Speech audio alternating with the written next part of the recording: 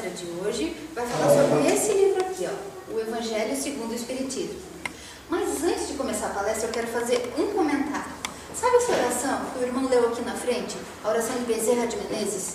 Essa oração, cada vez que a gente reza, cada vez que a gente lê essa oração, o Dr. Bezerra manda alguém, um dos auxiliares dele, auxiliar a gente.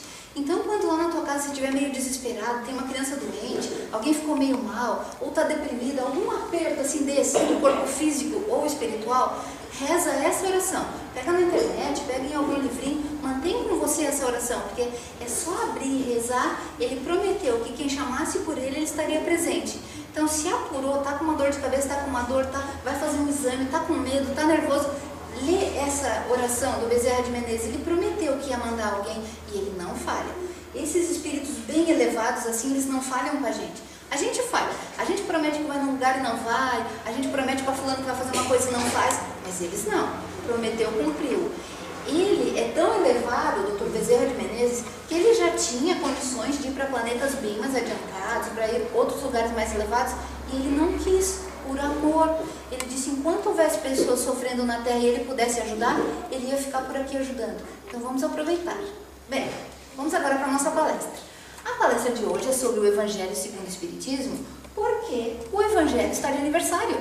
Está fazendo 150 anos. Ele foi escrito há 150 anos atrás e foi traduzido aqui para o nosso português em 1874, e até hoje a gente usa o Evangelho porque ele é maravilhoso. Antes de contar a história do Evangelho, eu quero contar que Allan Kardec criou o Evangelho e outros livros. Bem, há um tempo atrás, a França era o país mais importante do mundo. Sempre, em todas as épocas, tem um país que é mais importante. O mais rico, onde a cultura é melhor, aqueles que têm as ideias melhores, um país se destaca. Há mais ou menos 150 anos atrás, esse país era a França. Tudo que tinha de chique, tudo que tinha de bonito, tudo que tinha de lindo vinha de Paris. Todas as ideias inovadoras, todas as pessoas inteligentes, tudo vinha de lá. Tanto é que há um tempão atrás as pessoas aprendiam na escola, aprendiam o francês. Hoje, o país mais importante, onde sai um monte de ideias, é os Estados Unidos. A gente aprende na escola o inglês. Bem, mas voltando àquela época, em 1853, a sociedade parisiense era muito chique. As pessoas se reuniam para falar de vários assuntos. Inclusive, até hoje, onde as pessoas se reúnem, o assunto principal ou é fofoca ou é bisbilhotice. A gente fica bisbilhotando da vida dos outros ou da nossa. Bem, lá em Paris, naquela época de 1850 e pouquinhos, estava uma moda enorme, uma febre, o encontro dessas pessoas, principalmente as chiques, as que tinham mais dinheiro, para ver os fenômenos que eram criados com a mente. Algumas pessoas se reuniam e com a mente delas faziam mesas de madeira girar. E aquilo era incrível, as pessoas iam lá, a maioria ia lá para ver, porque não acreditava que uma mesa, sem ninguém encostar nela, ficava girando. Chamava o fenômeno das mesas girantes. E isso foi ficando uma febre porque as pessoas começaram de brincadeirinha, ver a mesa girar sem encostar a mão, e de repente essas mesas, eles começaram a fazer perguntas para essas mesas, porque as mesas respondiam. E foi ficando cada vez maior e cada vez mais gente unia-se para ver essas mesas respondendo perguntas. Aí vocês podem imaginar, a mulherada toda reunida, o que a gente perguntava? O que as pessoas lá, as mulheres perguntavam? O meu marido me trai? O meu marido me ama? Fulano gosta de mim? Será que eu vou conseguir dinheiro? É melhor eu casar com esse ou com aquele? Essas perguntas assim, que a gente adora fazer, elas faziam lá, nessa sociedade bem rica. E aí, isso começou a se tornar uma febre, todo mundo queria fazer um encontro de mesas girantes. E isso era assim, eles marcavam para sábado, era melhor que balada, todo mundo ia. E aí isso ficou uns 3 anos, as pessoas se reunindo para fazer essas perguntas para essas mesas que giravam. Até que, um dia, um cientista muito famoso, que escrevia livros, era professor de universidade, uma pessoa muito inteligente, muito culta, tinha 2 ou 3 faculdades, sabe, uma pessoa inteligente, foi convidado para ir num desses encontros. Aí ele disse, não, né, eu não vou lá, muita futilidade junta, né, as pessoas perguntando bobeirinha para umas mesas. Aí um amigo dele disse, olha, não custa nada você ir lá, porque é muito interessante ver aquelas mesas girando, é muito interessante ver o que aquelas mesas são capazes de fazer. São objetos inanimados, não tem vida, mas responde pergunta. Tem algo muito além da nossa capacidade de entendimento por trás disso. E aí ele ficou intrigado. Será? Será que é verdade mesmo ou será que tem um charlatão lá no meio?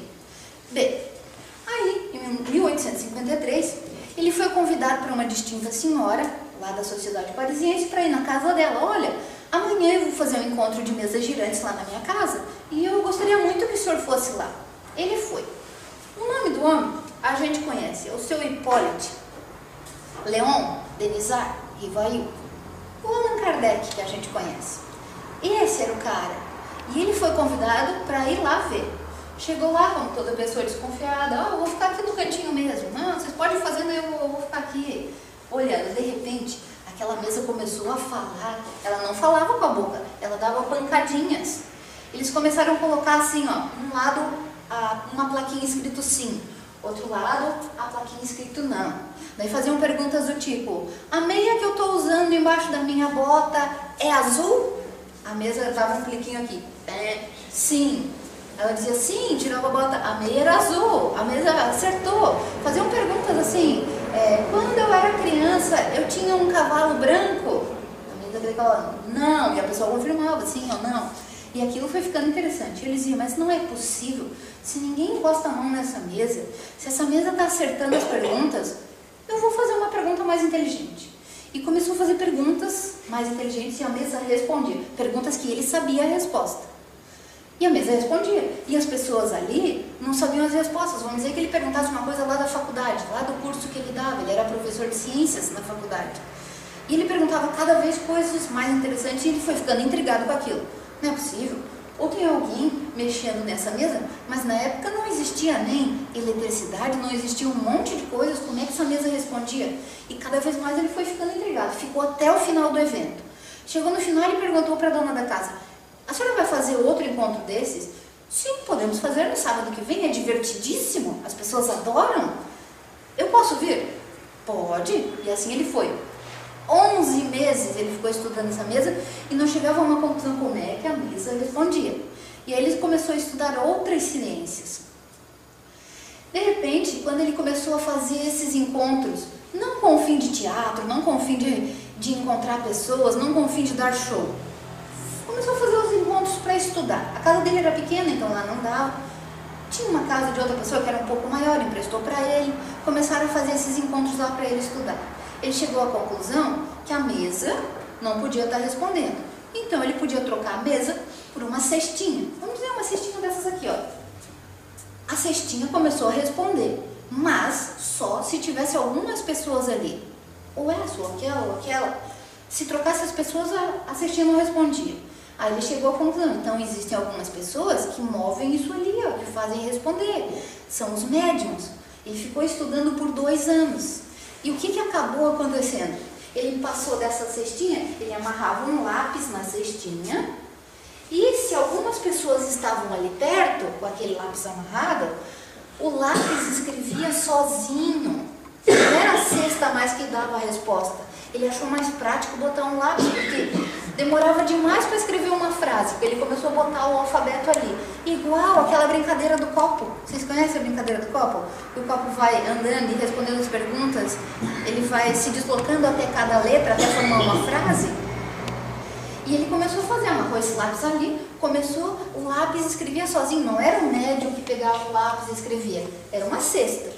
Um lápis amarrado e o lápis levantava e escrevia, se os médiuns estivessem ali. E estudando e fazendo pergunta, ele fez um estudo maravilhoso.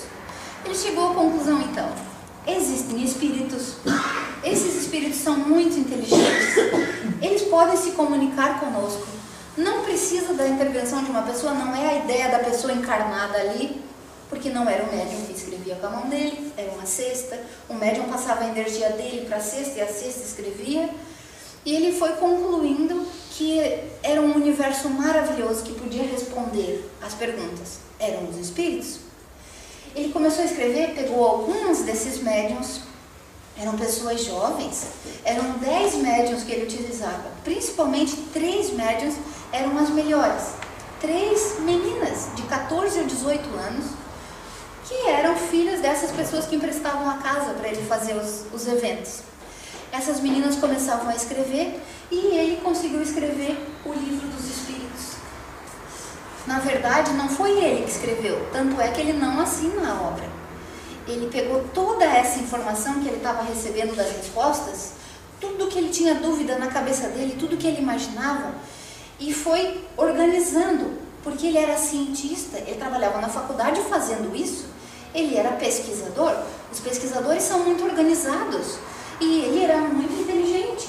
Ele começou a fazer as perguntas certas. Primeira pergunta do Livro dos Espíritos: o que é Deus? Segunda pergunta, ele vai fazendo todas as perguntas que vinham na cabeça dele. Assim, não, agora eu quero entender. Já que isso aqui é sério, é uma ciência, eu quero entender o que acontece. Bem, ele acabou fazendo 1019 perguntas para os espíritos. E os espíritos responderam. Não só com aqueles 10 médiums ali. Quando as pessoas descobriram, as pessoas de outros lugares, inclusive de muito distantes, lugares distantes, descobriram que ele estava pegando essas informações. As pessoas que escreviam em casa, que era uma vergonha, era considerado bruxaria, quem psicografava, sabe? Quem recebia uma ideia na cabeça e psicografava, era considerado bruxo. Essas pessoas ficaram tão felizes quando descobriram que tinha alguém sério, fazendo um estudo sério, escrevendo um livro com isso, que começaram a mandar para ele essas informações. Quem recebia uma informação lá na sua casa, mandava para ele por correio. E assim veio mensagens do mundo inteiro. E ele escreveu esse livro, organizou todas as respostas e botou aqui. E o mais interessante de tudo, para cada pergunta que ele fazia aqui, ele só aceitava escrever a resposta no livro se 5 ou mais pessoas estivessem escrito a mesma coisa. Então era muita coisa. Imaginem, são 1019 perguntas. Cada uma tinha que ser comprovada por 5 médiuns diferentes de lugares diferentes. O que ele fez foi uma maravilha. Até hoje, em nenhuma outra universidade, alguém fez um estudo como esse. Foi maravilhoso, foi tão incrível e maravilhoso que ele continuou estudando. Quando chegou, ele conseguiu lançar esse livro, ele tirou todas as dúvidas dele e estou satisfeito. Isso aqui é uma maravilha, isso aqui pode ajudar as pessoas. Eu vou mandar imprimir e fazer um livro para distribuir para os outros entenderem que isso aqui é um estudo, é uma doutrina, isso aqui serve para fazer a gente viver melhor. Imprimiu esse livro, mas não quis botar o nome dele, porque ele já era famoso. Ele já era professor universitário, ele já tinha ganhado um monte de grana, ele já tinha fama como professor universitário, ele já escrevia livros de pedagogia, de didática, de como dar aula. Esse livro aqui não era dele, não foi ele que escreveu, ele só organizou as ideias. Então ele pensou, como é que eu vou chamar esse livro? Bem, não fui eu que escrevi, então é o livro dos Espíritos. Os Espíritos escreveram. E ele não quis assinar. Hipólito, Leão, Rivail, não quis assinar o nome dele. Ele disse, recebeu um dia a orientação de um dos espíritos que veio ali escrever, disse, por que você não usa o seu nome da existência passada? Allan Kardec. Ele disse, está bem, porque não fui eu mesmo, eu não quero os louros dessa vitória. Eu vou assinar Allan Kardec. E aqui está ele, a fotinho dele. Foi ele que fez isso, dedicou a vida para isso. Será que nós que estamos aqui faríamos isso? Dedicar a vida para um trabalho tão grande? Pois bem, ele fez. E o que aconteceu? Esse livro aqui, ó, eles fizeram 10.000 exemplares, esgotou rapidinho. Na segunda vez fizeram 30.000, esgotou rapidinho. E escreviam em francês. E esses livros iam para o mundo inteiro, porque as pessoas aprendiam francês na escola. Chegavam nos países, eles traduziam. Chegou aqui no Brasil, o livro foi escrito em 1857, o Livro dos Espíritos. Chegou aqui no Brasil, já traduziram rápido, as pessoas queriam saber, foi muito interessante. E mais, quando ele terminou de escrever esse, as cartas continuavam chegando, o estudo continuava chegando. E aí, ele escreveu outro, que chama O Livro dos Médiuns, no mesmo esquema, fazendo perguntas e respostas, e os espíritos respondiam, e era cada vez mais material que ele recebia, aquilo foi uma loucura. Quando ele terminou, bem, agora eu entendi como é que funcionam os médiuns. Quando terminou aquele, escreveu outro, o Evangelho. Qual era o objetivo daí? Primeiro, ele já tinha escrito o Livro dos Espíritos, que era para saber sobre o mundo, sobre as leis que regem o nosso universo, sobre as coisas, sobre Deus, sobre nós. O segundo, sobre os médiuns. Como é que funciona a mediunidade, o que é isso, que característica é essa que algumas pessoas têm, que acaba acontecendo coisas incríveis, fenômenos. escreveu tudo sobre aquilo, tirou as dúvidas dele, e nossas também. Escreveu o terceiro, esse aqui, o Evangelho. Por quê? Esse Evangelho, para mim, é muito interessante, aliás, para todas as pessoas, porque ele funciona como um manual. Você está apurado, está triste, está desanimado, está a ponto de desistir da vida, reza, abre qualquer parte, está ali a resposta. Você entende. E cada vez que você abre a página desse livro abençoado, o teu anjo de guarda chega bem próximo a você e faz você entender. Nem que seja uma frase, uma palavra, uma linha, qualquer coisa, aquilo ali que você entender vai ser a mensagem para você. Você se livra de muitos males lendo o Evangelho. E tem um livro maravilhoso que eu adoro, que ele fala sobre os casos de briga na justiça, e é um advogado que escreve, o De Luca. Todo mundo já ouviu falar dele, Carlos De Luca. Ele é um advogado muito famoso, e ele tinha um evangelho sempre com ele, porque ele decidia os casos, ele era juiz, e ele decidia alguns casos importantes, e às vezes ele ficava em dúvida, será que eu fiz o certo? Porque ele decidia vidas ali. Bem, ele levava sempre o evangelho. Antes de entrar lá para decidir as coisas, abriu o evangelho. Quando voltava, abriu o evangelho. E um dia ele teve a oportunidade de ver, a mesa dele estava cheia de gosma preta. Ela não era física. Ele teve uma visão. Aquelas gosmas pretas eram o pensamento, as energias, os miasmas das brigas que estavam ali naqueles papéis. Cada caso daquele que ele estava defendendo ou acusando era uma briga de várias pessoas envolvidas. Aquelas brigas ali, as pessoas, a energia daquelas coisas estava ali e estava derramando sobre a mesa dele. Ele pegou o evangelho, abriu em cima da mesa e onde ele colocou, começou a limpar aquilo ali. Igual detergente na louça engordurada. Começou a limpar aquela loucura ali. Como se tivesse pego um spray e aquilo foi sumindo, aquela energia pesada. Só pelo fato de abrir o evangelho. Ele não tinha lido. Ele saiu um pouco, quando voltou ele viu de novo. Nossa, mas saiu todo aquele preto que estava aqui. Esse livro é poderoso. Bem, é poderoso. Todo mundo tem que ter um evangelho em casa e deixar aberto. Só pelo fato de estar aberto, a espiritualidade superior consegue passar para o ambiente, para as pessoas que entram, a energia que a pessoa está precisando. Se é para a saúde, se é para um raciocínio, se é para uma decisão, se é para uma coisa emocional, abre o evangelho, ele é bom.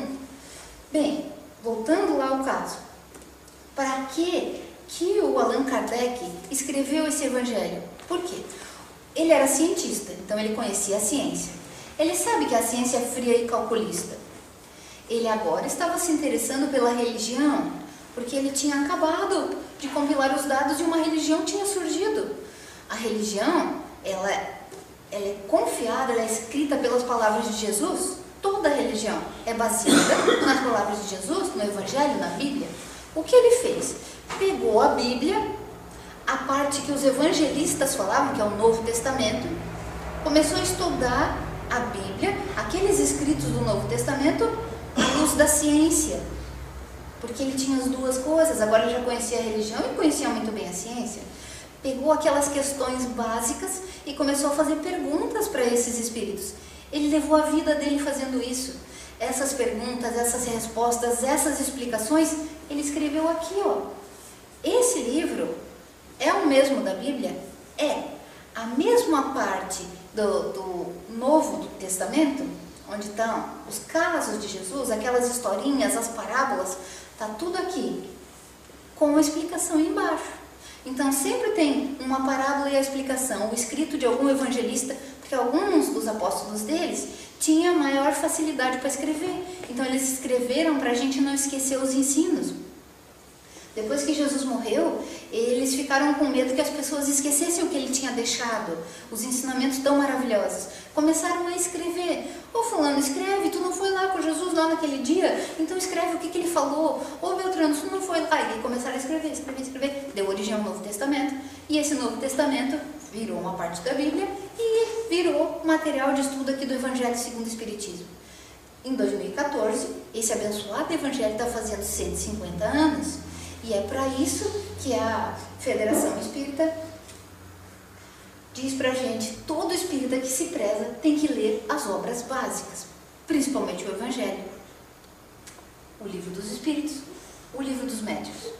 Esse material foi chegando tanto lá para Allan Kardec, tanta gente estava envolvida nesse processo para escrever, que ele escreveu várias outras obras.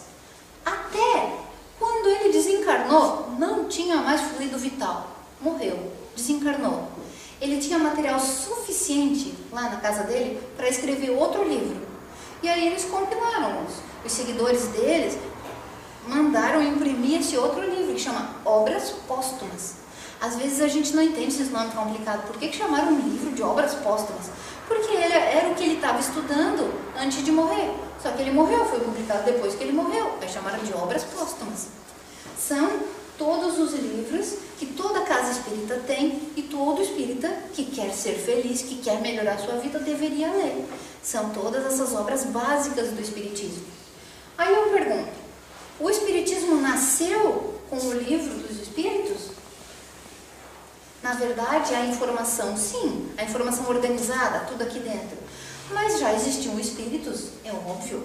A comunicação entre os espíritos já existia entre os espíritos e os encarnados. Sempre houve. Só que nunca ninguém tinha explicado desse jeito. Os antigos egípcios já faziam essa comunicação. Vários povos já tinham essa comunicação no cotidiano deles, nas religiões deles.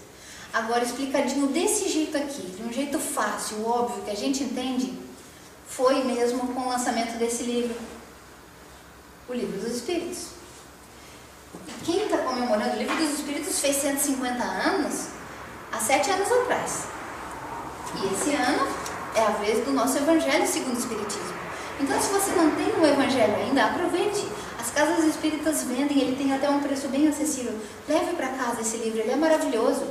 E quando você estiver apurado, leia o livro. Quando você estiver feliz, leia o livro. Sempre que puder, leia o livro. Não precisa ler do início ao fim, mas abrindo assim ao acaso entre aspas, porque quando a gente está meio apurado, está precisando, normalmente a gente já reza antes. Quando você rezou, o teu anjo já conseguiu se conectar com você. Se conectando, ele vai ajudar você a abrir na página que você precisa. Aqui tem prece, aqui tem solução, aqui tem... Sabe, hoje ele podia dar um nome para esse livro aqui, Manual da Boa Vivência no Planeta Terra. Assim poderia se chamar esse livro, porque aqui explica muita coisa que às vezes a gente tem dificuldade de entender. A gente se custa perdoar alguém, a gente se custa fazer o bem, a gente se custa fazer tanta coisa. E aqui está tão explicadinho. Se a gente seguir esses passos aqui, é como economizar tempo para ser feliz. Às vezes as pessoas choram e dizem, mas o que tem na minha vida? Eu não consigo ser feliz. Olha, vamos ler o Evangelho, vamos ler o manual. Como se faz para ser feliz? Leia o Evangelho. Com certeza você vai ter grandes ideias para sair das enrascadas que você mesmo se meteu. Porque a gente é assim, a gente se mete em enrascada e depois não quer resolver. Só que tudo que a gente faz, todas as coisas, de bem ou de mal, tem o nosso nome e o nosso endereço. Todas as coisas vão nos encontrar em algum dia. E aí, se não foram tão boas assim as coisas que a gente fez, a gente vai ter que devolver, a gente vai ter que resgatar, vai ter que arrumar. E quando essa hora chegar, que a gente diz a hora da aprovação, a aprovação é para ver se você aprendeu. A aprovação é para você provar que aprendeu e pode passar para frente. Quando chegar a hora da aprovação, é bom ter um amigo como esse. Os conselhos desse amigo são valiosos.